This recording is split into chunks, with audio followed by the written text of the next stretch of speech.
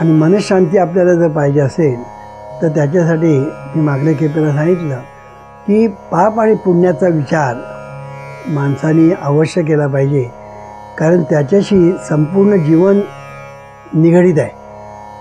आपलं जीवन म्हणजे काय असं जर एका वाक्यात सांगायचं झालं तर पाप पुण्याचा हिशेब चुकता करणं म्हणजे जीवन. बाकी दुसरं काय नाही. आपण जीवनात काय करतो तेच करतो ना. आपण म्हणतो नियती. आता नियती येते कुठून? नियती येते कुठून? नियती ही काही आकाशाच्या पलीकडे आहे किंवा ती कुठेतरी एक अननोन पॉवर आहे किंवा ती अज्ञात शक्ती आहे वगैरे वगैरे या कल्पना चुकीच्या आहेत. नियती ज्याला आपण म्हणतो ती नियती आपल्या कर्मातून निर्माण होते. आपण जे कर्म करतो त्या कर्मातून जी निर्माण होते ती नियती. त्याची व्याख्या जर करायची झाली तर कर्म केल्याबरोबर निसर्गाचे नियम त्याला गती मिळते आणि त्या गतीतून जी निर्मिती होते त्याला नियती असं म्हणतात. म्हणून नियती कुठून आकाशातून खाली पडत नाही किंवा जमिनीतून वर येत नाही. ती नियती जी आहे ती कर्मातून येते आणि कर्म जे आहे ना ते कर्म तुम्ही केलं की पाप पुण्य निर्माण होतं. ज्याला आपण कर्म म्हणतो ना त्याच्यातून पाप पुण्य निर्माण होतं आणि म्हणून कर्म हे महत्त्वाचं आहे. बाकी मी प्रवचनातून अनेक वेळा सांगतो की संचित ते नशीब हा सगळा जो प्रवास आहे, संचित, प्रारब्ध, क्रियमाण, पाप पुण्य, नंतर नियती, मग सुखदुःख आणि मग नशीब, हा जो एक प्रवास आहे आपला, ह्याच्यामध्ये परमेश्वर कुठे येतच नाही. अनेक लोकांच्या भुवया उंचावतील, अनेक लोकांच्या मेंदूला मुंग्या येतील, पण हा सिद्धांत आपण लक्षात ठेवायचा की संचित ते नशीब याच्यामध्ये परमेश्वर कुठे येतच नाही. परमेश्वर तुमच्या जीवनामध्ये कुठल्याही प्रकारे ढवळाढवळ करत नाही. तो तुमच्यात हस्तक्षेप करत नाही. किंबहुना माणूस हा प्राणी त्याच्या खिचगंटीत नाही. जीवनविद्येचे जे सिद्धांत आहेत, तुम्ही जर मेंदू चालवा, डोकं वापरा, बुद्धी चालवा, विचार करा, म्हणजे मी काय म्हणतो ते पटेल. पण पटवूनच घ्यायचं नाही, विचारच करायचा नाही, डोकंच चालवायचं नाही तर तुम्हाला कसं पटणार? पूर्वी आम्ही आतापर्यंत जे काही ऐकत आलेलो आहोत त्याच्यावरच तुम्ही जर विसंबून राहायला लागलात तर पूर्वी तुम्ही खटाऱ्यातून जात होता, मग आताही खटाऱ्यातूनच जा. मग इतके जे शोध लागले त्या शोधांचा उपयोग काय? मग नाही ना, आमचे वडील खटाऱ्यातून जात होते, आजोबा खटाऱ्यातून जात होते, मग आम्ही पण खटाऱ्यातून जाऊ. जा, कोणी नको म्हटलं आहे. अरे पण आता तुला विमान आहे, तर विमानातून तू जाऊ शकतोस. रेल्वे आहे, मोटर आहे, कितीतरी सुविधा आहेत. तर तसं आता कितीतरी जर विचार केला तर जीवनविद्येने लावलेला एक शोध आहे असं म्हटलं तरी चालेल की तुमच्या जीवनामध्ये परमेश्वर ढवळाढवळ करत नाही. किंबहुना तो माणूस हा प्राणी परमेश्वराच्या खिचगंटीत नाही. खिचगंटीत नाही हे शब्द जरा अंडरलाईन करा. मला तुम्ही सांगा, तुमच्या खिचगंटीत ढेकूण आहे का? मुंग्या आहेत का? लहान लहान कीटक आहेत, ती आहेत का तुमच्या खिचगंटीत? ती तुमच्या पायाखाली किती येतात, मरतात, जातात, उरतात, काय तुम्हाला पत्ता पण नाही. ते मेले ह्याचाही पत्ता नाही, ते जन्माला आली त्याचाही पत्ता नाही, काही कशाचाच पत्ता नाही, खिचगंटीत नाही. तसा माणूस हा प्राणी परमेश्वराच्या खिचगंटीत नाही.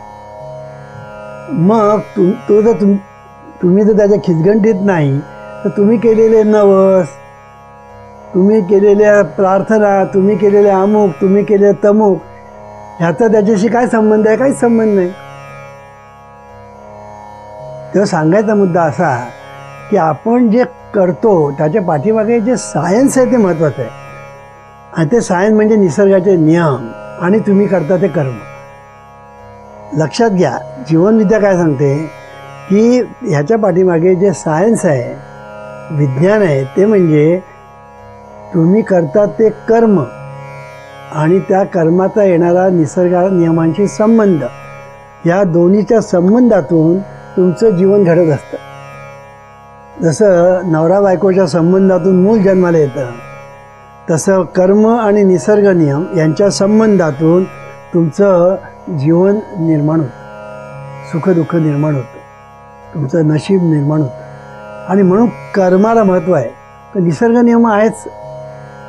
निसर्ग नियम ते पूर्वी होते प्रभू रामचंद्राच्या वेळेला, जे निसर्ग नियम ते कृष्णाच्या वेळेला, तेच तुकाराम महाराजांच्या वेळेला, तेच आपल्या वेळेला, ते यापुढेही तेच असते. निसर्गाच्या नियमामध्ये कधीच बदल होत नाही, ते आहे तसेच आहेत. जो काही बदल करायचा, घडवून आणायचा, तो माणसाने निसर्गाच्या नियमाला अनुसरले. कारण निसर्गाचे नियम माणसाला किती ठाऊक आहेत. तुम्ही जर बघितलं तर निसर्गाचे नियम किती लोकांना ठाऊक आहेत. विज्ञानाला तरी किती ठाऊक आहे. जीवनविद्या असं सांगते की जसा परमेश्वर इन्फिनिट आहे, तसे निसर्गाचे नियम इन्फिनिट आहेत. निसर्गाचे नियम इन्फिनिट आहेत. माणसाला किती माहिती आहेत, त्याच्यापैकी 10% सुद्धा माणसाला माहीत नाही. म्हणजे किती अजून माहिती व्हायला पाहिजे. ते जसजसं आपल्याला माहिती होत जाईल, तसं आपल्याला आपलं जीवन त्या निसर्गाच्या नियमाप्रमाणे आपल्याला ॲडजस्ट करावं लागेल. आणि म्हणून ह्याच्यासाठी एक गोष्ट लक्षात ठेवली पाहिजे की मानवी जीवनामध्ये परमेश्वर हस्तक्षेप करत नाही. तो कृपा आणि कोप करत नाही. तो कोणाच्या बाबतीत पार्शालिटी करत नाही. नवसाला वगैरे तो पावतो वगैरे, ह्या आपल्या स्वतःच्या कल्पना आहेत. नाही तर नवस मला सांगा, एक शंकराचं देऊळ आहे आणि त्या गावामध्ये 2 माणसं एकमेकांचे शत्रू, आणि जमिनीवरून काहीतरी तंटे सुरू झाले आणि दोघे जण कोर्टात गेले. आता दोघे कोर्टात गेल्यानंतर निकाल आज ना उद्या लागणारच. आता मला सांगा, हे दोघे जण शंकराच्या देवळात जातात, दोघे जण शंकराकडे नवस करतात की माझ्या मनाप्रमाणे कोर्टाचा निकाल झाला तर मी तुला अमुक देईन. तो दुसराही तेच सांगतो.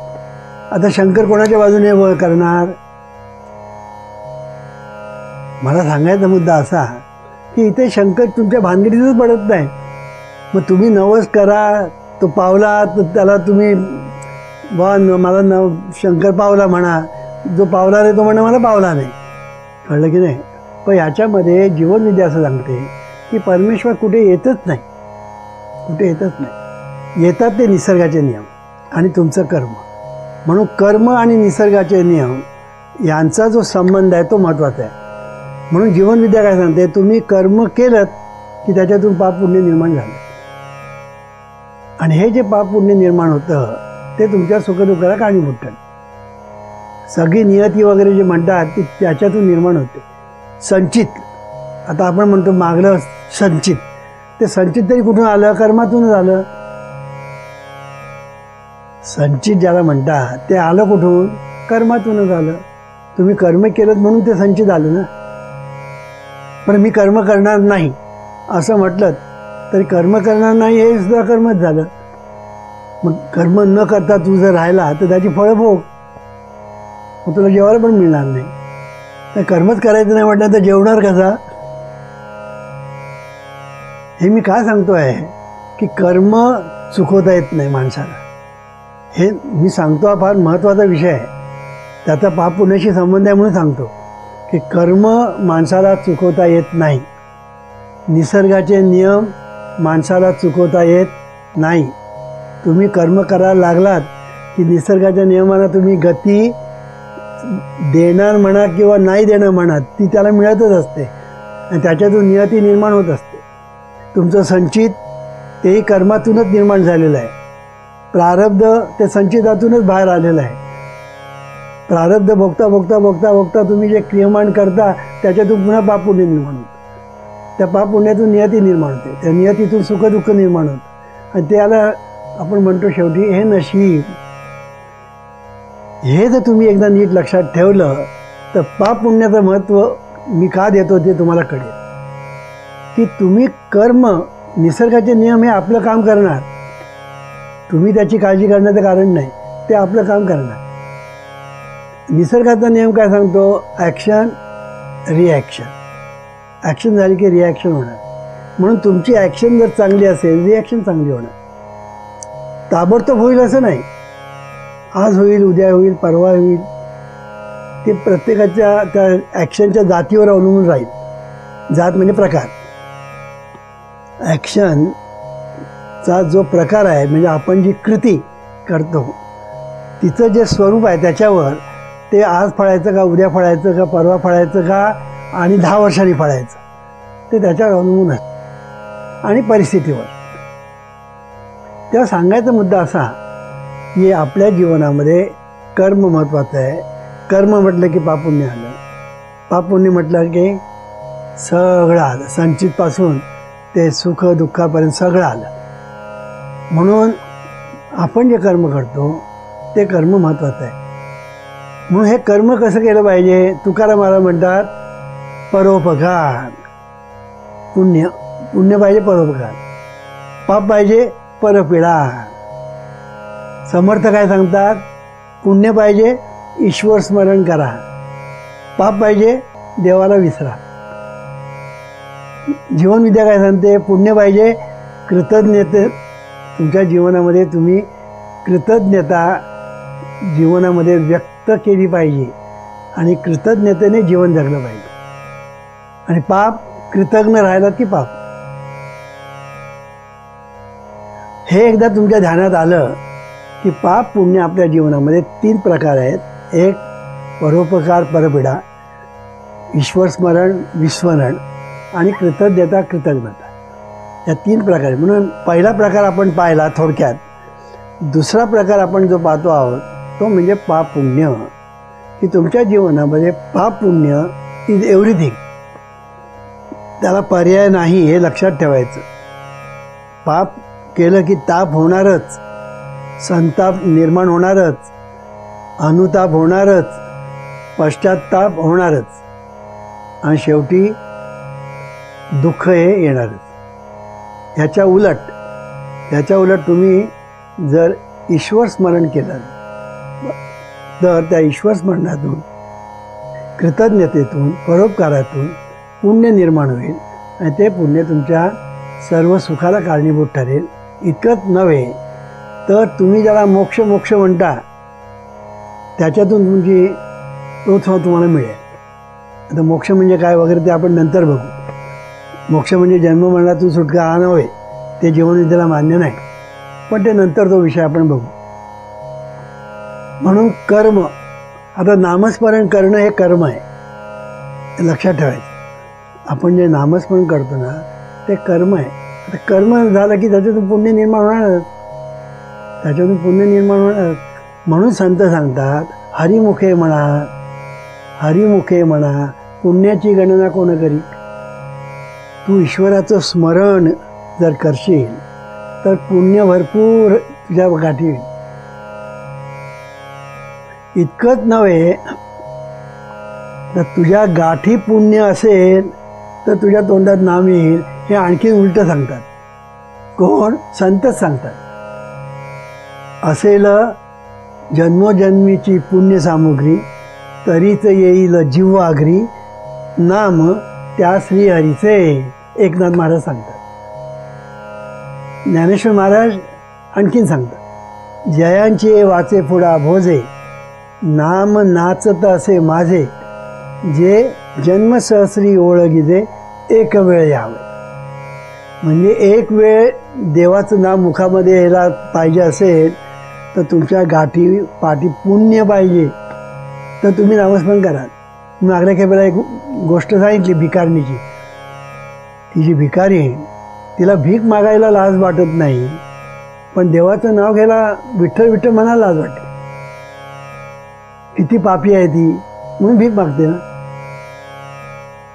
तर सांगायचा मुद्दा असा की देवाचं नाव घेणं ही गोष्ट सोपी नाही. महाभाग्य उद्याला येतं तेव्हा देवाचं नाव मुखात येतं. पण मग तुम्ही म्हणा मग पापी लोकांनी काय करायचं? मग त्यांच्या मुखात देवाचं नाव जर येत नाही तर काय करायचं? सोपा उपाय आहे. त्याला सोपा आहे. पडोनी राही संतांची ठाई. तुकाराम महाराज काय सांगतात, उगाच पडोनिया राई संतांची ठाई. मग काय होईल, नाम तुझ्या मुखातून आपोआप येईल. नाम मुखातून, कारण ते नाम घेतात म्हणून. तुकाराम महाराज मगाशीच सांगितलं, तुकाराम महाराज असेल तेथे नाम घेतात. जेथे असेल तेथे जसे असेल तसे नाम घेतात. आता ते जर नाम घेतात म्हटल्यानंतर त्यांच्या मुखातून जे नाम येणार ते ह्याच्या कानात पडणार, ह्याच्या कानात जे पडणार ते तोंडातून बाहेर येणार. म्हणून संतांची संगत हे महत्त्वाची. किती पापी असू दे, संतांच्या संगतीमध्ये आलं ना की त्याच्या मुखामधून हळूहळू नाम यायला लागेल. पण तो राहायला पाहिजे वाटतं. म्हणून उगाच पडून या राही, तू काही केलं नाही तरी तिथे पडून जरी राहिलास ना तरीसुद्धा तुझा फायदा होईल. प्रत्यक्ष तसं काही करू नका, नाही तर संत बिचारे ते घायकुतीला येतील. संत सांगतात त्याचा भावार्थ घ्यायचा की त्यांच्या संगतीत राहा.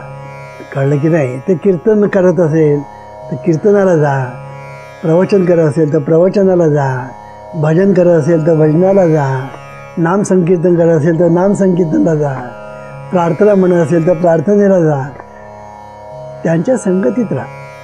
म्हणून आम्ही नेहमी सांगतो ग्रंथदिंडी ही संत संघ आहे. संत संघ याचा अर्थ संत म्हणजे फार मोठा तुकाराम महाराज आणि ज्ञानेश्वर महाराज इतकं लेवलचा संत पाहिजे असं नाही. जो देवाचं नाव घेतो तो संत. अगदी साधी सोपी व्याख्या जीवनविद्या सांगते. देवाचं जो नाव घेतो ना, आवडी नाही हा, मात्र जो देवाचं नाव घेतो संतच आहेत. त्याच्या संगतीत राहा, संत संघ मिळाला. तो नाव घेता घेता घेता तूही आपोआप नाव घेणार. हे सोपं आहे. कळलं की नाही. पण ह्याच्यासाठी संत संघ पाहिजे. म्हणून सगळ्या संतांनी बघा संत संघ मागितला आहे. देवा तू नको मला. कळलं की नाही. मोक्ष तुमचा देवा दुर्लभ तो तुम्ही ठेवा, मज भक्तीची आवडी सेवा व्हावी ऐशी जोडी. तो मोक्ष आहे ना तो आम्हाला नकोच. तुम्हाला त्याचं महत्त्व आहे ना देवा, तो तुमच्या जवळ ठेवा. मग आम्हाला कोण पाहिजे आहे, आम्हाला संत संघ पाहिजे. मज दास करी त्यांचा, संत दासांच्या दासांचा. मग होत कल्पवरी,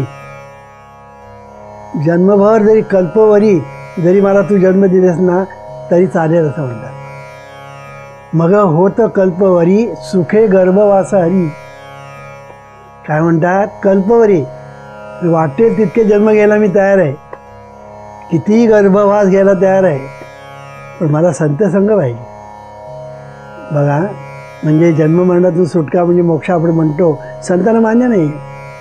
संत सांगतात कितीही गर्भवास मिळू दे पण संत संघ पाहिजे. संत संघ मिळाला ना आम्हाला आणखी काही नको.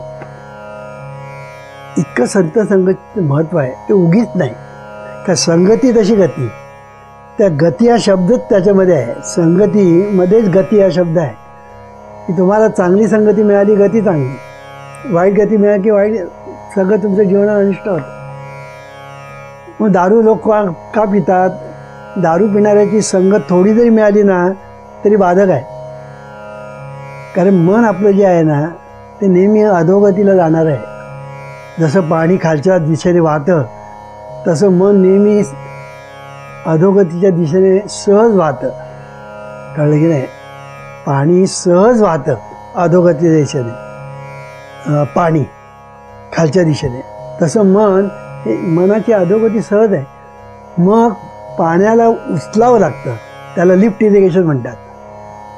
म्हणून नदीचं पाणी जे वाहतं ते लिफ्ट केलं की मग त्याचं इरिगेशन शेतामध्ये केलं, हे पीक येतं. हे पीक येतं म्हणजे लिफ्ट इरिगेशन म्हणतात ना. तसं पाण्याला लिफ्ट केलं पाहिजे. तसं तुमच्या ठिकाणी हे जे आहे त्याला तुम्ही लिफ्ट केलं पाहिजे. कोणाला, मनाला. जे मन वाहतं आहे ना अधोगतीच्या दिशेने त्याला लिफ्ट करा. एकदा तुम्ही त्याला लिफ्ट केलं की मग तुमच्या अंतःकरणामध्ये विठोबाचं राज्य आपोआप निर्माण होईल. आणि विठोबाचं राज्य म्हणजे नित्य दिवाळी. विठोबाचे राज्य आम्हा नित्य दीपवाळी असं म्हटलेलं आहे. तर सांगायचा मुद्दा असा की मानवी जीवनामध्ये पाप आणि पुण्य याला अपरंपार महत्त्व आहे आणि हे पुण्य मिळवण्याचा सोपा मार्ग नामस्मरण। बाकीचे मार्ग आहेत पण ते सर्वांना पेलण्यासारखे नाहीत, पण नामस्मरण कोणीही करावं, कोणीही कुठेही केव्हाही कसंही, झोपून म्हणा, बसून म्हणा, फिरून म्हणा, जसं तुम्हाला कुठल्याही याच्यामध्ये म्हणा की सकाळी 4लाच उठलं पाहिजे असं नाही, जागरण केलं पाहिजे असं नाही, सुखाने देवाचं नाव घे, सुखे हरिनाम घे म्हटलेलं आहे। हरिनाम सुखाने घे, आनंदाने घे, सहज घे आणि तुला सहज पुण्य मिळेल। किती पुण्य मिळेल? अगणित। कोण सांगतं? ज्ञानेश्वर महाराज। हरिमुखे म्हणा, हरिमुखे म्हणा, पुण्याची गणना कोण करी?